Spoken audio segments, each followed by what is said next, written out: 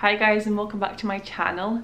So today's video is going to be my birth story with little Noah. So if you haven't been to my channel before, then this is my second son. My first son, called Samuel, is 2.5, and I've just last week had another little boy called Noah, and he is doing very well. He is very healthy at the moment, so I thought I'd just start off with that fact that he is doing very well. He is very healthy. But I did also want to put right at the start of this video a trigger warning. If you do not want to hear about a birth story that is slightly more difficult than usual or slightly more traumatic, that could be triggering for you potentially, then don't watch this video, because I'm going to be talking about things like that. I'm going to be talking about things that are potentially triggering for some people, because as you'll see later if you watch this video, it was a slightly more difficult birth than I had anticipated or than I had planned for. So yeah, that's just a disclaimer at the start of this video, and of course I'm going to be talking about all things birth, so if you don't want to hear all the details of birth, then don't watch this either. But I assume if you've clicked on this video, then you're happy to hear about things that are TMI and things to do with birth, because that's just how birth is. So I'm going to try and remember all the details I can from Noah's birth. It wasn't long, but it was complicated, and so I've written down all my notes here so that I don't forget anything. But if you have any questions, obviously just leave them at the end in the comments below, and let's jump straight into it. So just to set the scene, this is Saturday I'm going to start on. So Saturday morning-ish, I have the faintest feeling of cramps. So like period-like cramps that are very faint and very almost like in my head I was convincing myself, I was like, that isn't even anything. Like I could convince myself some of the time that it just wasn't a pain at all. So that was how mild the pain was, and I was looking out for it quite a lot as well, because at this point I was 39 weeks pregnant, and so I was looking out for any signs of labour, and so I felt like a little tiny something in my stomach, and I was like, is that something? But I wasn't convinced, and so that's how mild the cramps were. And so this went on for the whole of Saturday into Sunday evening. So very irregular, random, kind of mild period like cramps is how I would describe it. And basically I would take a paracetamol and hot water bottle to kind of take the edge off of the pain. And bearing in mind I've already given birth, so with my first birth with Samuel, this stage was quite long. And I also knew that, well, I thought that because I was in such early labour, it would be a long time before I got into more established labour, potentially. I know second babies obviously come faster, but Samuel's birth was like 3 days long, from like the very mild cramps to actually giving birth. So I didn't want to go into the hospital too early this time. I was convinced, I got sent home twice last time from the hospital because I went in too early. So I didn't want to get sent home again. And I thought, this is very early labour. I can barely even feel anything. By Sunday night they were getting a little bit more sore, but I still thought this is very early labour. So we hadn't made any plans for my other son yet to go to his grandparents, because I just thought it's so early labour. Like my mum even asked me on Sunday night about 7 or 8 p.m. if I wanted to give Samuel to them, and I thought, I'm in such early labour that it'll easily be like later the next day before I have to go into the hospital, even, because I just felt so mild and so early labour. So then basically what time hits? Oh yeah, the other thing was that the intensity and the frequency of the contractions or cramps were not increasing at all, and that's what you really need for them to increase in intensity and frequency for labour to be actually getting established. So that's another reason I didn't think anything was happening really. And then 11 p.m. on Sunday night hit, and I lost my mucus plug, which I'd be looking out for as well. And I recognised it was definitely the mucus plug. It had definitely come out, and it definitely felt a little bit different down there. I definitely felt a bit more loose, and as soon as I lost my mucus plug, I started having what I would call real contractions. So I think it was every 10 minutes from 11 p.m. I was having quite a strong contraction, and it's like, right, okay, maybe something's finally kind of starting to happen. And then by about 11:30 p.m. I was like, Philip, I think you should take Samuel to my parents for them to look after him, because I think something's going to happen tonight, because it was getting more sore. But bearing in mind it still wasn't that sore. So Philip went off, took Samuel to my parents. She left about 11:30 p.m. As soon as Philip left, my waters broke, and I've not had the experience the first time with my waters breaking like all at once. like they do in like the films with like an explosion of water. I've never had that before, but that's what happened this time. So I was just having a contraction and my waters broke, and I like ran to the bathroom. I could like feel the waters like coming everywhere. So that was more dramatic this time than the first time. With my first son, they could have broke kind of gradually and like towards the end of labour. So my waters broke at 11:30 p.m. and at that point I thought, at that time I felt suddenly very, very intense painful contractions from as soon as my waters broke, intense painful contractions. And I was like scared because of how quickly this had come on, how quickly this pain was coming here. Like Philip was only away for about 15 minutes, but in these 15 minutes when Philip was away, I like stripped all my clothes off. I was in the shower, like pointing like the hot water at my belly because it was so painful, and I was just trying to get through the contractions. Like that's how intensely and quickly the contractions came on. Like it was crazy, from like pretty much nothing at 11 p.m. to like half 11:25 to 12, like really, really intense contractions. And I was scared because I suddenly felt the desire, like the need. I was like, I need to go to hospital now. And that was interesting and scary because I was scared because I didn't know when to go in the first time with my contractions. But this time I knew that it was time to go to the hospital now. And I was scared because of how painful it was, and I was scared in case it was already kind of too late. And that's how much I very much always say that mother's intuition is right and should be followed and listened to, and I 100% stand by that, because my mother's intuition at this point was like, get to the hospital, you're having a baby now. And so as soon as Philip got back, I think he got scared because I was totally calm from when he left. He got back and I was like in the shower naked, screaming with pain. It was that sore. And I was like, phone triage to Philip, like to phone the hospital and tell them I'm coming in. So he phoned triage. It's actually funny because he was like, it wasn't funny at the time, but he was like, he gets like so panicked sometimes if I'm not calm, and if he sees me like that, he gets panicked. So he was like, he like looked at me when I said phone triage, and he like turned around in circles like, what do I do? But he eventually found the number for triage. He phoned triage at 11:56 p.m, so just before 12 p.m, and they said, they were like talking calmly on the phone, and I was like, just let me come in. So they said they agreed for me to come in because they could hear me literally screaming. Like with my first son, I was much calmer. I didn't scream, I didn't make much noise the whole labour with Samuel, but with Noah I was screaming in pain. I hope my neighbours didn't hear me because that's embarrassing. But I was like screaming in pain, and at that point where I didn't even care what anyone thought, and that's how partly I knew it was getting close to giving birth. So I got out of the shower. I was scared at this point because I thought, I'm not gonna be able to make it, I'm gonna have to phone an ambulance. And I didn't want to phone an ambulance because I knew the safest place to be was in the maternity unit at the hospital. So I was like, I was just praying. I was like, I need some time. I need some relief from the contractions to be able to go in the car and get to the hospital. And thank goodness, I was able, there was a break in the contractions. I was able to somehow get my clothes on, get downstairs, stick my feet in some flip-flops, get into the car. And as soon as I was in the car, like, it was so painful to sit down, but as soon as I was in the car like that and going, I was like, thank goodness, because any 5 minutes later and I wouldn't have been able to leave, I don't think, and I'd have been phoning an ambulance, and that, like I'll explain later, wouldn't have been the safest thing to do either.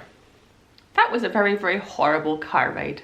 I felt so much agony. I know the car ride is always a horrible bit in labour, but I was such pain, and I was like thinking to Philip, I was like, I've pooed myself. That's what I felt like. I felt like I'd pooed myself. And at the back of my brain, I knew that that feeling or that desire to go to the toilet that much is the same as when you need to push, the baby out. But I was like trying to push that thought away because first of all, I thought I wasn't that far on in labour, and second of all, I was scary because I was like, we weren't at the hospital yet, and I was like terrified about this fact. So I was like, that was horrible. But we managed to get into the entrance this time, into the back entrance this time, thank goodness, because my hospital has a big long corridor to get to the maternity unit. I would not have made it if I had to walk down that massive long corridor. So we went in the back entrance, we went straight into the room that they gave us, and I went straight to the toilet, pulled my trousers down, was like trying to go to the toilet because that's what I felt like I needed to do. Obviously dignity goes out the window completely when you're giving birth. Like, I didn't even care. There was like 3 or 4 women in the room and I didn't even care. And one of the midwives followed me in and was like, she saw, like, basically on my pants, on the pad that I had my pants, there was meconium, which, if you don't know, is what the baby's first poo is. It's called meconium and it's black. So that was a bit worrying because you don't really want that to happen when the baby's still inside you. And so she was like, right, let's get straight onto the bed and let's check you out. So I got checked out and they were like, this baby's breech, and straight away they called a medical emergency. So about 12:19 in the morning, when I arrived at the hospital, and when they kind of, around about that time, they called the medical emergency, whatever the button is that they press. And I heard that and that terrified me, because obviously you don't want to be hearing that you're having an emergency, an emergency situation.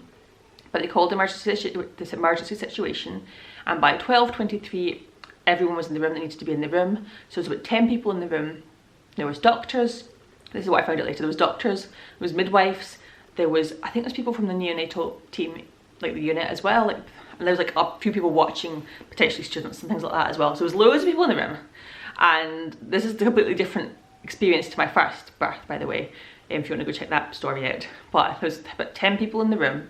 They called a medical emergency, and then they told me that the baby is breech, and I did not know the baby was breech. They didn't pick up on this at my checks, or the baby just wasn't breech and then it turned breech like the last minute.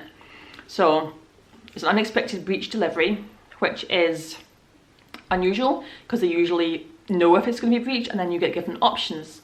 So from what I vaguely know about it, basically you get offered a C-section if you are having a breech delivery because of the high risk nature of the delivery.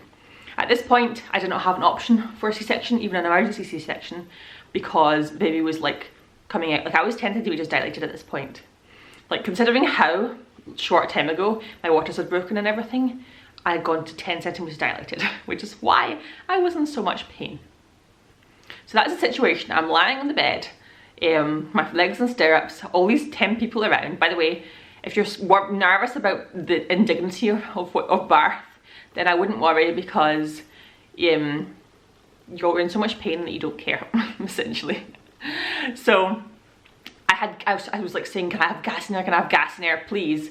Because I really, really wanted gas in air, because I knew gas in air is the only pain relief I could really have at this point, because things like epidurals and stuff have to be done much earlier down the road. So they gave me gas in air, and I took a lot of gas in air all at once, and I felt like high as a kite. The ends of my fingers and like hands felt like numb, and I think it definitely did help numb everything else as well. But it wasn't like numb, so I could still definitely feel everything else. It was more like I felt a bit high and like on a kind of almost out of body experience. I was kind of looking at myself almost, but I could definitely still feel all the pain. And so everything gets a bit jumbled around this point, but basically I had to start pushing. They told me when to push, because they wanted to get this baby out as soon as possible. I had an episiotomy, which is where they, if you don't know, it's where they cut you. So they cut like a pretty decent size down there in an episiotomy to get the baby out more easily. They also did turn baby Noah. They turned him, and that was the most horrible feeling. It wasn't even necessarily that it was that painful. It was just a horrible, horrible feeling. I can't explain it, but the feeling of the baby being turned, like when it was halfway out, not a nice feeling. So the doctor was basically there. There was like 2 doctors there. And just like a side note, in the UK, unless you're having a more difficult or traumatic delivery or a C-section or something, you don't generally have doctors at the birth. We have midwife-led teams, and I think that's the best way to go in general. Midwives are amazing, and they can deal with the birth if it's normal by themselves easily, and I think that's a better way to go. But because of the nature of the delivery, I had doctors there, and so it was definitely an assisted delivery. And I was definitely, like I said, very, very noisy, screaming my head off. There was one guy at my hand putting a cannula in my hand. There was people everywhere, but I did manage to push the baby out. His bum came out first, then his legs, so it's like bum, and then his legs, and then his, like the rest of him behind his head came out last. And he was born at 12:44 AM on the Monday. And that's not the end of the story. I'm going to tell you a little bit now about what I found out afterwards, just to give a bit of context so you can understand kind of what happened. I'm going to talk about like the afterbirth experience and like the experience of being in hospital after the birth in another video, but I want to like explain like overall what happened. But like this is not what I knew at the time, this is just kind of what I found out from the consultant, the specialist consultant later on in the day. So they pulled baby Noah out and I saw him, I saw a glimpse of him before they took him over to the little baby bit, and he was not moving, he was not doing anything. I was terrified in that moment, absolutely terrified. And I asked the midwife, I said to the midwife, is he okay? Is baby okay? Like I was like a bit delirious, but I was like, is baby okay? And the response she gave me was terrifying to me. She said, the baby doctors are looking after him. And that scared me because I knew that if he was okay and she knew he was okay, she would have told me that to reassure me. And that told me that she didn't know if the baby was okay or not. And of course that thought was terrifying. So that was definitely like the scariest moment, was asking her that and knowing that potentially there was something wrong with Noah. So what happened was the specialist consultant told me later on that at birth his heartbeat was undetectable. They couldn't detect a heartbeat. He said it was likely that it didn't stop completely, but it was very, very low, and they were unsure if he was going to be resuscitated. He was thankfully resuscitated within 1 minute, and that was of course amazing. Later the consultant told me that if he had come out of a minute, 30 seconds, a minute later, he would either have been stillborn, or he would have had massive oxygen deprivation, which would have led to extensive brain damage. So 30 seconds to a minute later and my baby would either be massively damaged or he would be not here today. At the time, of course, I didn't know that. So all I knew was that he was taken over there to be something done to him. I assumed resuscitated. He was resuscitated. They had him for a few minutes there. At the same time, the doctors were stitching me up, giving me like numbing injections, stitching up down there because I had a big cut now. And that was really painful actually. This time the episiotomy that I had was much more painful than the first time. So that was really sore and that wasn't really helpful. But after that, they brought baby Noah over to me and it was horrible. He was in a big towel, of course, to keep him warm, and he had this little oxygen mask on his nose. And it was so sad. They let me kind of hold him and touch him like for about 15 to 30 seconds. And then once that was over, they whisked him off to the neonatal unit to be looked after. And so basically, my worst fear almost came true. My baby was almost stillborn, which is my worst fear. And then of course, one of my other fears was he would have to spend time in the neonatal unit, which is not where you want him to be. You want him to be next to you, having skin to skin, having all that bonding time at the start, which we weren't able to have because he was in one of these little baby incubators with all these little leads and stuff attached to him. So that was horribly scary, and his birth was slightly difficult, traumatic, however you want to describe it. But I do want to say, like, I'm not going to go into the details of what happened after that because this video is really long already and I need to tell you in a different video about all that. But I do want to say that he is so healthy now. He's fine. He's put on weight so much. There's literally nothing that they can find wrong with him. The only thing that he needs to get is a follow-up hip scan to just check, because he was breached, to just check his hips are okay. But considering what could have happened and what could have been done, what could have gone even more wrong, like that's terrifying to me. Like if I'd phoned an ambulance when I was at home, baby Noah might not be here because he wouldn't have had the specialists to help bring him into the world. If I'd phoned an ambulance, if I had waited any longer at home, like if there's a slight delay here and there, and my baby might not be here. And so I'm very, very thankful to God for that. I am so blessed that from such a difficult birth, he is so healthy. That's what I will say. It was such a difficult birth compared to my first birth anyway.